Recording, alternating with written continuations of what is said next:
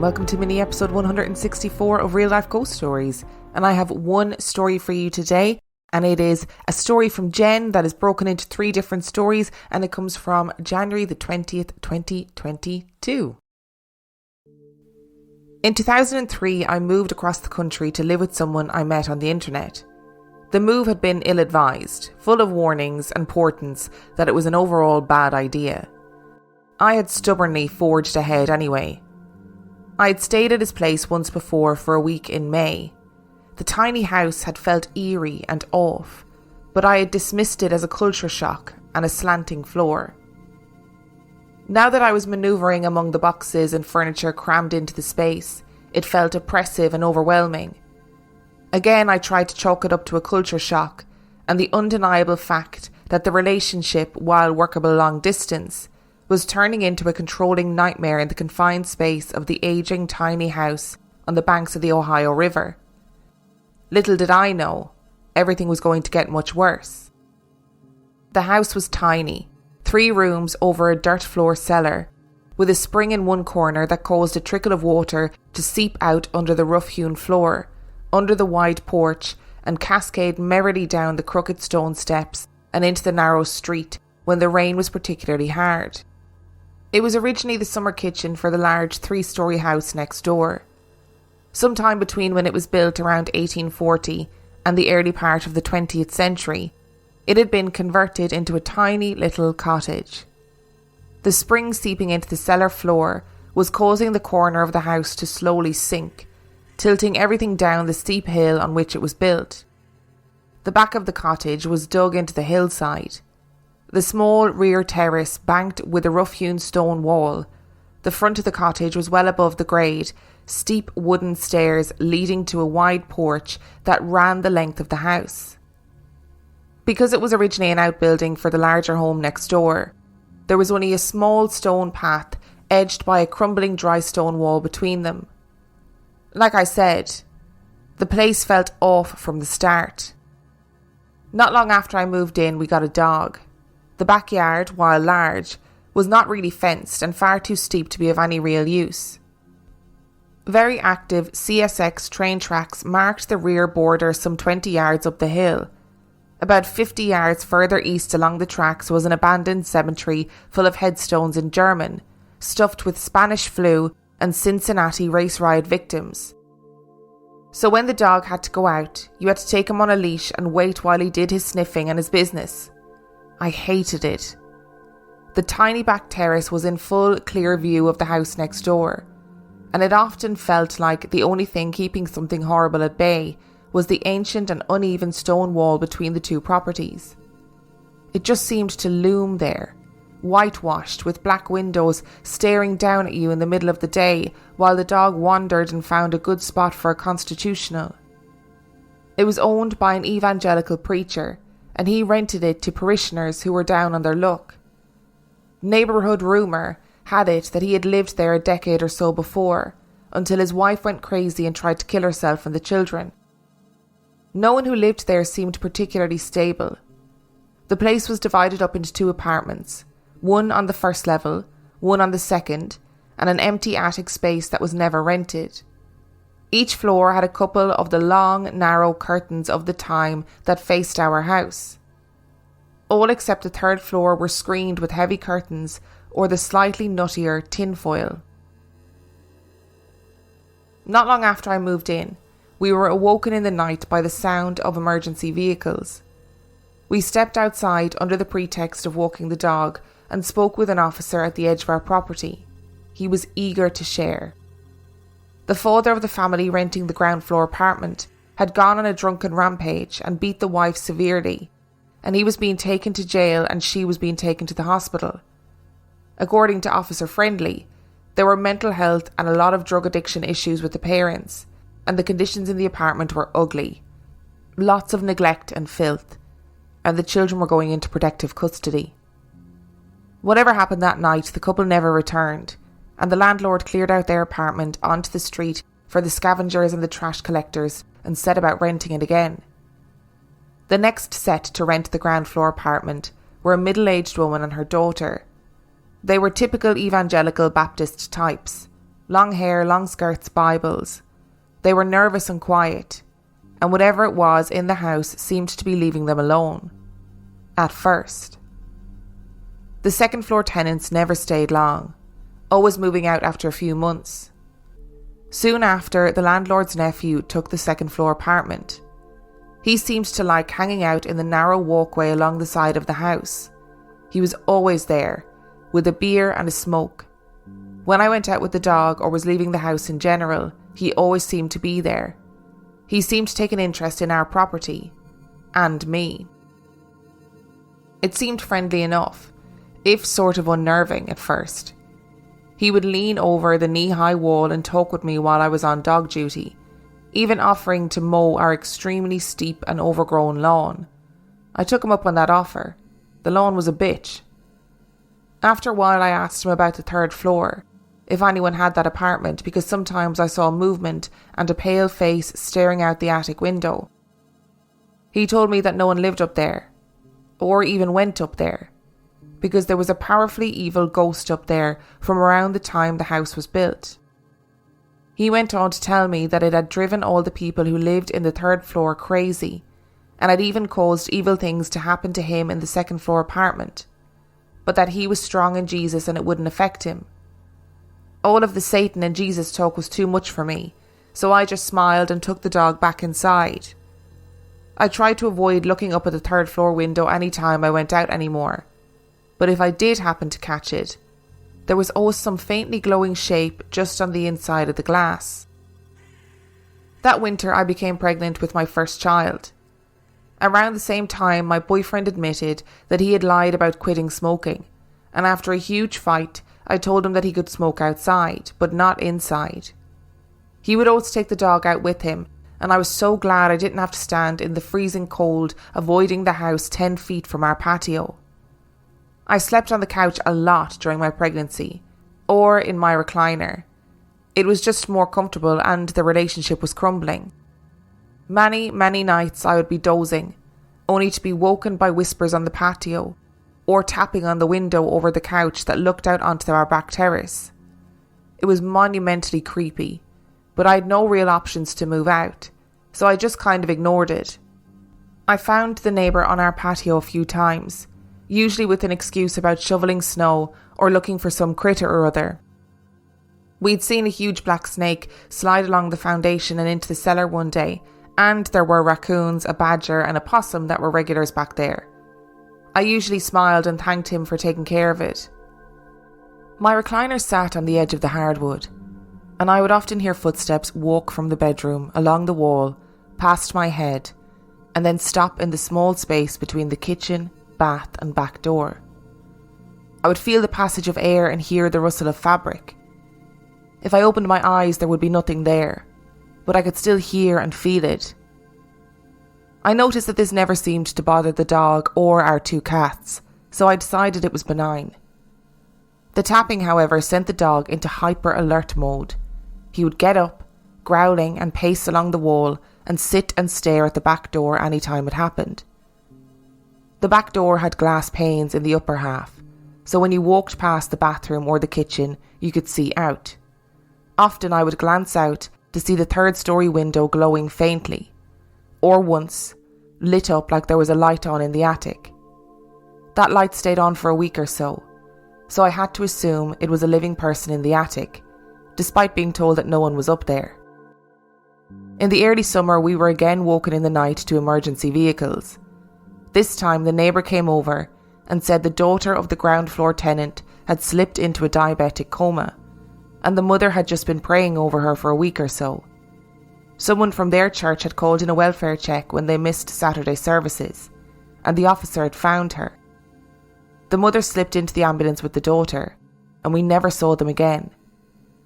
A month or so later, the contents of their apartment were on the curb, just like the last time. The nephew was the only one living in the house now. The pastor hadn't rented the ground floor unit at this time. We often heard shouting and screaming from the house and creepy, weird music, like gospel music played at half speed, at all hours of the day and night. Lights came off and on in all of the windows at random, sometimes blinking on and off like Morse code. The tapping on our windows and doors grew louder and more frequent. Then one day I came home from work to see the nephew being placed, shirtless and in handcuffs, into the back of a police cruiser. The house sat empty and glowering after that, but I was preoccupied with the imminent birth of my daughter. She was an angry baby, screaming and crying for hours and hours at a time. She also refused to sleep. I was utterly at the end of my rope by the time she was a few months old. The only place she seemed even slightly calm was her vibrating bouncer. Her wellness checks didn't indicate that there was anything physically wrong, and the doctors told me that some babies were just like that. They probably thought I was exaggerating. When she was 3 months old, I flew the 1,700 miles back to my hometown so my terminally ill mother could meet her only grandchild. The entire month we were there, she was happy and slept for hours on end. I couldn't believe it. I thought there had to be some grandma magic that my mom was using. It was short-lived. As soon as we were back, she reverted to angry, insomniac baby. Eventually, I started trying to sleep train her with a bedtime ritual and set a bedtime each night. If she started crying, I waited a few minutes to see if she would self-soothe and go back to sleep before intervening. Since the bedroom opened directly into the living space, I would put her to bed and close the door so the light and the noise were muted. At first, there was a lot of crying, before she eventually wore herself out and went to sleep. It frustrated me that there was no consoling her, but I made sure she was safe and her needs were met, and just let her rail at the universe. After a few weeks, the night ritual seemed to be helping, and there was some fuss as I put her to bed, but she fell asleep relatively quickly. I started to feel like maybe I could handle this parenting thing. Then it started. 45 minutes to an hour after I put her down, the silence would be broken by this ear-splitting wail of pain and terror, and I would burst into the bedroom, only to have the screaming stop the moment the door opened and find my daughter fast asleep, her much-beloved pacifier still in her mouth. Now she was an angry baby, going red-faced and sweaty with her yelling, but she rarely cried in pain and never in fear. These cries were different. They were not in anger. They were the kind of scream that sets panic in a mother's heart. They were cries of agony and terror. They were loud and horrible. This went on nightly, sometimes 2 or 3 times a night for months. They always stopped as soon as I opened the door. Since there was only one bedroom, I slept in the same room. If I went to bed at the same time, I would wake up to the screams, but as soon as I was upright in bed, they would stop. It happened so often that I started waiting a few minutes to see if the shrieking would stop before opening the door. It happened when I had friends over and they were shocked, saying it had to be my daughter, until I opened the door and the wailing stopped immediately and she was peacefully asleep. It happened so much that we eventually started calling it the ghost baby. The wailing would start and we would pause, turn towards the bedroom door and wait. 90% of the time it would last for a minute or two, then stop as abruptly as it started. No burbling or snuffling like babies do when they've self-soothed, just silence. It continued until I left the house and my emotionally abusive relationship, moving back across country to my hometown. My daughter stayed fierce and strong-willed and still hated sleeping, but I never heard the phantom baby again. Was whatever plagued the house next door responsible? Once whatever was there no longer had tenants to harass, did some part of it seep across the dry stone wall and into our tiny house? The 2 properties were tied together in history, if now separated by property lines. Had some horrible tragedy occurred in our house at some time in the past? Something that involved whatever angry female energy lurked in the attic next door, and a baby in fear and pain in our bedroom? Did the spring under the living room or the limestone in the foundation cause some strange entity to manifest?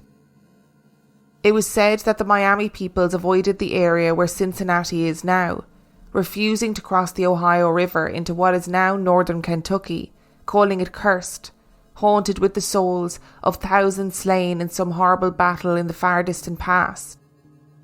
Their name for the land across the river translated to the dark and bloody ground. All I know is that my time there was haunted. It was dark and unsettling, and I was very glad to leave it behind. This story absolutely has the makings of a film. Some sort of psychological horror where somebody meets somebody online, they go halfway across the country or the whole way across the country in order to move in with them, despite people saying this probably isn't a good idea, the relationship isn't everything that it was cracked up to be, the house is a bit dilapidated, and then you've got weird shit going on next door. Jen, write to somebody. I don't know who it is that you need to write to, but write to somebody to get this film made. The really cynical part of me when I was listening to this was like, oh, the screaming noises from your daughter's bedroom. I mean, they could be just tiredness, being completely and utterly exhausted to the point where you start hearing things.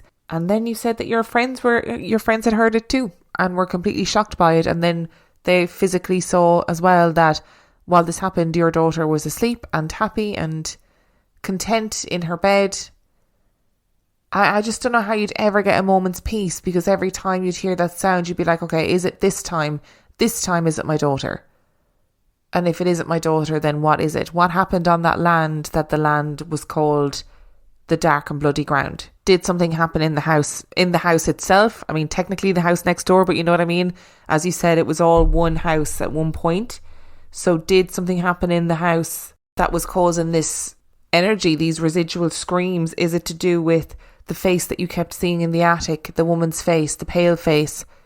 Or did the weird guy who lived next door have somebody in the house with him at times, and that's why he kept seeing a pale face in the attic? Is it like a psycho situation where the strange guy who was living there was doing all the weird things like flicking the lights on and off and then making out like it was some sort of ghost infestation or demon? I don't know, but all I can say is I am glad you are out of that situation in general. I'm glad that you're not living in that house. I'm glad you're not still in that relationship.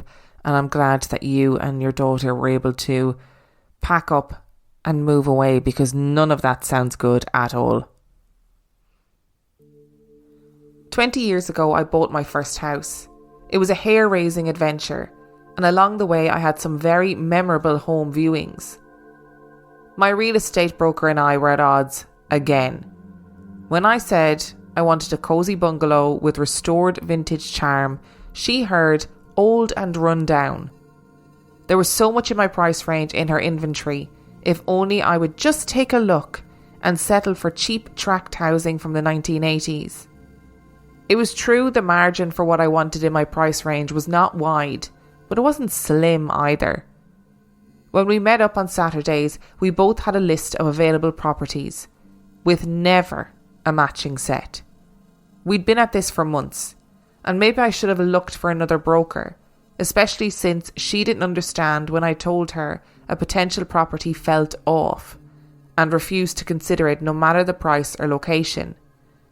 It was a golden spring afternoon pressing into the evening, brisk, but with the potential of summer lingering in the dew from the brief thunderstorm that had passed with furious speed while we looked at a potential farmhouse remodel. It did have potential, and I was eager to talk offers. But there was just one more place she wanted me to see, a great little property on the edge of the patchwork of suburban sprawl and mostly fallow farmland. To say I was reluctant was an understatement. We'd been touring houses for several hours, and I knew anything she wanted me to look at this late was another suburban blank canvas well within my price range, but with all the soul of a mayonnaise sandwich on white with extra sour cream. She had some difficulty locating the property, as the roads here uncharacteristically slewed and curved. The house number obscured by rangy evergreens planted close to the red brick, so ubiquitous to the 1960s ranch house. Eventually, she pulled into the weedy and pitted driveway. Cheerfully, she slipped out of the leather driver's seat of her late model Range Rover, beckoning me to join her on the cracked and uneven walk leading up to the low stoop before the front door. Innocuous as it seemed from the drive, I felt a deep, sucking, angry darkness emanating from the large picture window of the living room. I did not want to go into that house, not even to appease my broker. Slowly looking all around, I crept up the walk to where Anne was fumbling with the code for the lockbox. Even when the light turned green, it refused to swing open and release the key. I muttered that it was okay. I didn't need to see this house. But she cheerily rattled on that she had seen it last week during an open house. It was vintage and very well kept. I told her I was uneasy. 2 women at dusk in a sparsely populated corner of a small country town. Maybe it wasn't safe. She reassured me that it was only late afternoon really, and that all I needed to do was take a peek. The key popped out of the lockbox at that moment and she jammed it in the lock. It wouldn't turn. She struggled and struggled, mentioning to my horror that it felt like someone was holding the knob from the inside. Wasn't that funny? I told her again that this doesn't seem like the place I would like. Too new. Now the door was open, she was chattering away inside, turning on lights, etc.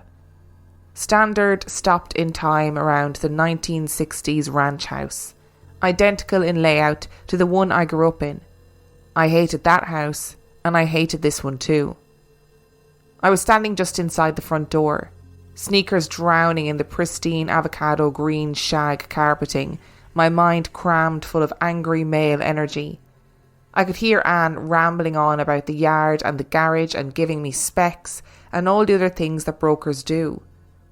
But somewhere in the stream I picked out that this was an estate sale because the house was part of probate proceedings. A woman and her disabled adult son had lived here for years until she passed away and the other children decided to sell. My skin prickled. I moved quickly across the living room into the adjoining dining room where Anne was staring into the kitchen. The back door was wide open, the screen door swinging as if someone had bolted from the basement to the backyard as we entered. Then the pounding started. The floor felt as if someone was beating on it with a hydraulic press. Bam, bam, bam. Maybe we should check out the basement, Anne suggested. No, I told her, it was time to leave. She insisted on closing the back door, otherwise she could be in trouble for not securing the house after showing it. I told her she was welcome to, but I was staying in the dining room. I could see the fear seeping through the brave face she was putting on, but I was frozen in terror.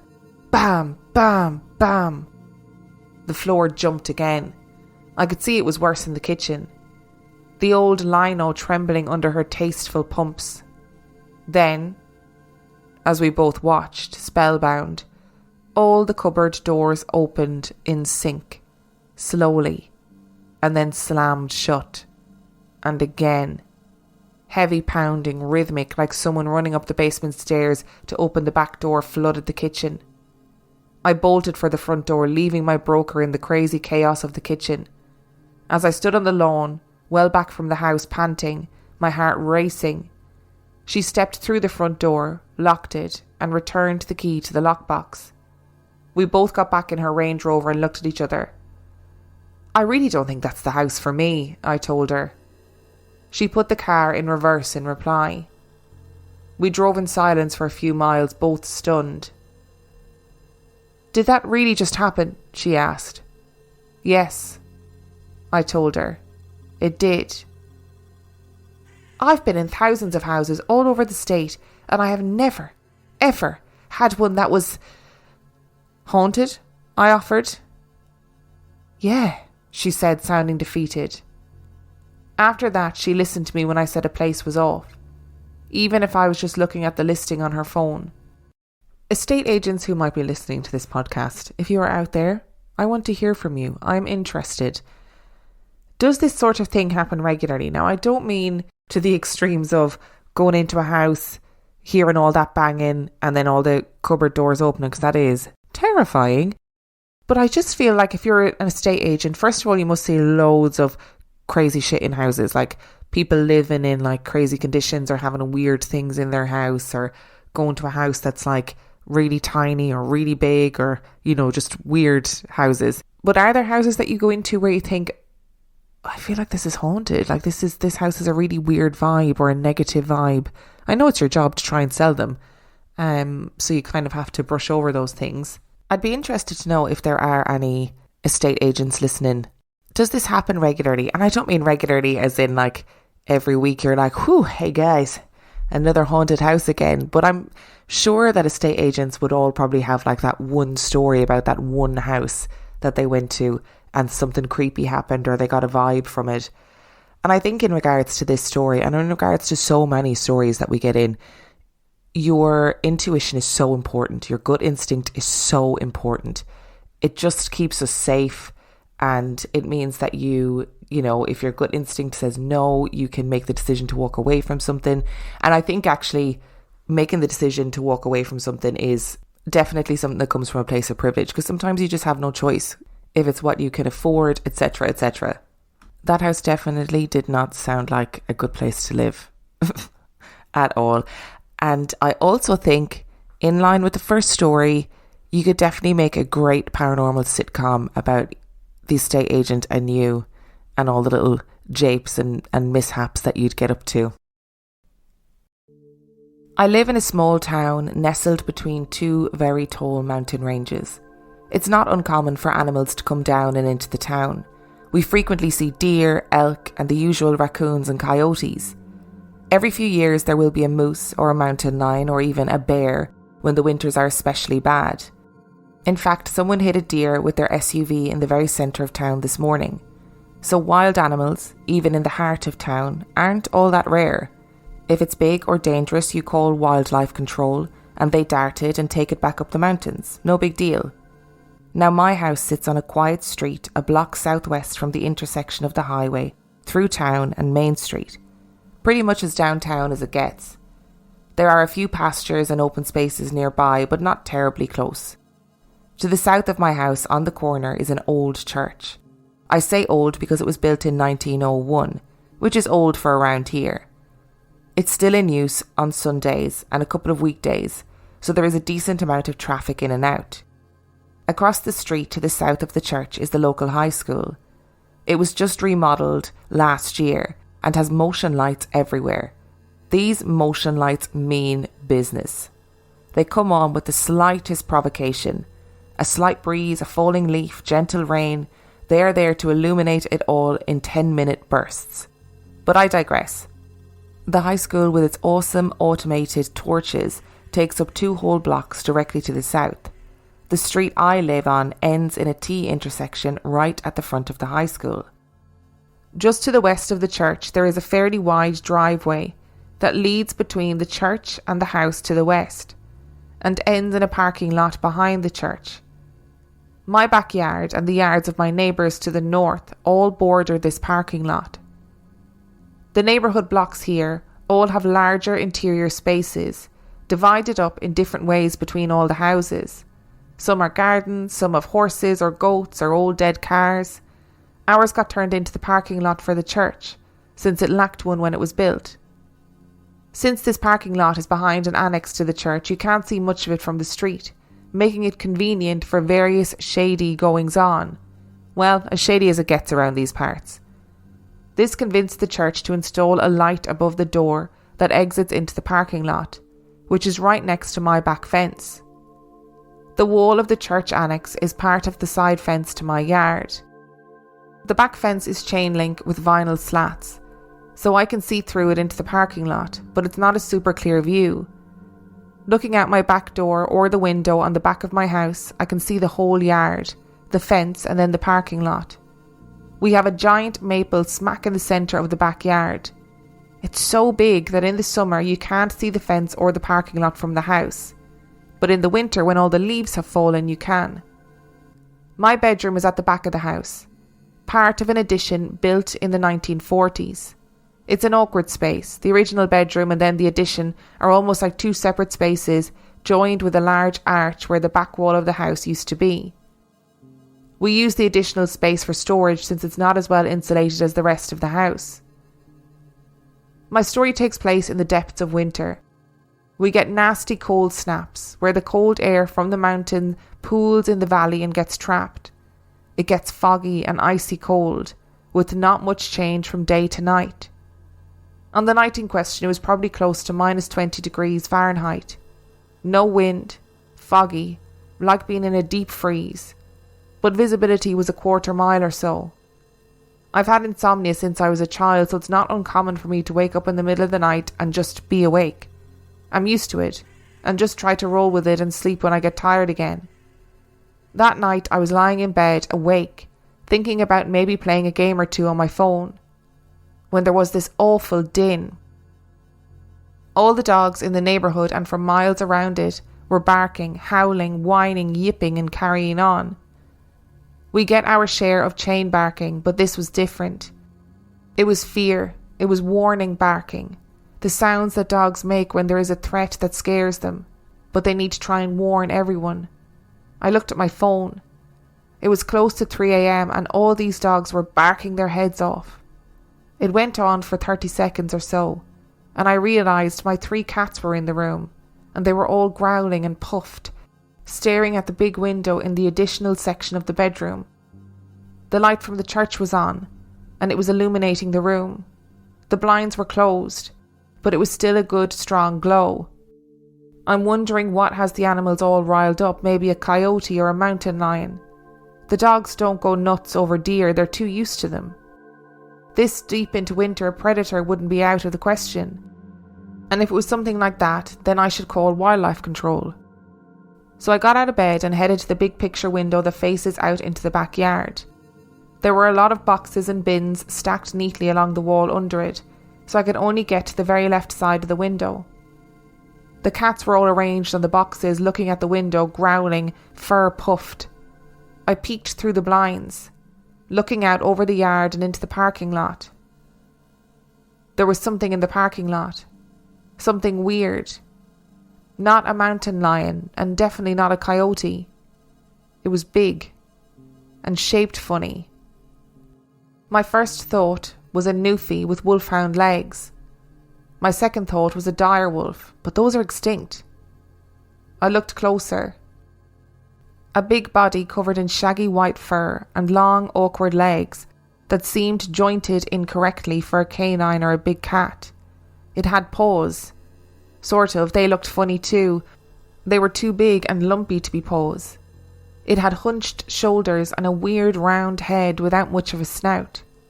All covered in lots of shaggy, thick, white fur. It looked like an emaciated polar bear, sort of. The thought made me realise how big this thing was. There was a dumpster next to the corner of the church, and this thing was standing a couple of yards away from the dumpster and seemed to be the same height. On all fours. It was just standing there in the middle of this icy parking lot facing north. It was not sniffing or moving or looking around like a normal animal would. It was just there. The dogs were all still going nuts and my cats were growling louder. But at the moment, I wasn't really scared or anything. I was just really curious. I was wondering, what the heck is this thing? It's not a prey animal. I know that without a doubt. It's not a deer or an elk or a moose or even an errant cow. It was a predator of some kind. But what? A weird-ass albino bear? A dire wolf on stilts? Some bizarre breed of dog I've never seen before? I couldn't see it super clearly because of the fence. I thought to myself that I could get a better look if I went into the kitchen and opened the back door. The only window that looked out into the backyard was this one, so I would actually have to physically open my kitchen door to see out into the yard. I stepped away from my window to do just that, when it suddenly hit me that I do not want to open my back door, and not because it's -20 out. I had this sudden moment of panic that I did not want to take the chance of my cats shooting out the door because I just know that this thing would kill any animal it came across. And I didn't want that animal to be any of my cats. And I super duper didn't want that animal to be me. I peeked out the window again to see the creature turn around and head towards the driveway that is the only way in or out of the parking lot. The movement was creepy and unnatural. The legs were all wrong, all angles and too long and moving in ways that didn't seem possible. It was moving slowly, almost reluctantly, like it didn't want to be heading back to the street, but something was making it. Like it was a dog and its owner wanted it to finish whatever it was doing and come along. Oh, maybe that was it. It was a dog. Someone was walking a weird hybrid bear-wolf monster in the frigid temperatures at 3 a.m. Yeah, that's the ticket. It disappeared down the driveway and the cats all stopped growling, looked at me, and then began fiercely grooming. You know the kind. The I was absolutely not doing undignified things grooming. The freaked out barking had stopped cold, like it had never been. Usually you have a few stragglers that don't get the hint that bark time is over, but not this time. Nothing but deep winter silence. I petted the cats and went back to bed. I lay there and thought about what it could have been. I knew that it crossed the street, went into the high school parking lot without any of the motion sensors activating, and that it was heading towards the canyon that leads southwest out of the valley. The canyon with the highway we won't take. Even though it cuts 20 minutes off travel time because it feels wrong. Like you're about to lose control and crash. Like something is watching you and wants you to crash. The canyon that has had tons and tons of accidents. The highway patrol says it's black ice or deer or the angle of the sun or people driving too fast and the road is banked the wrong way on the turns. But still, so many accidents. It just doesn't feel safe, no matter the season or the time of day. The canyon that is littered with failed businesses and abandoned farms because people get sick or they have a run of bad luck that doesn't end until they give up and go back to the valley. The canyon that local First Nations folk refuse to go into because they say it's full of skinwalkers. We go around that stretch of the mountains, out across the marshes and through the low saddle where the river is. It's longer. That highway has fewer lanes and a lower speed limit. Late at night there are beaver and otters and deer to look out for, and 3 seasons out of 4 it has fog as thick as pea soup. But the back way doesn't have them. And I know, whatever it was headed towards the canyon. Oh, that was a great story. I thoroughly enjoyed that story. I can't even begin to question what that was. I'm not familiar with wildlife in the US in particular.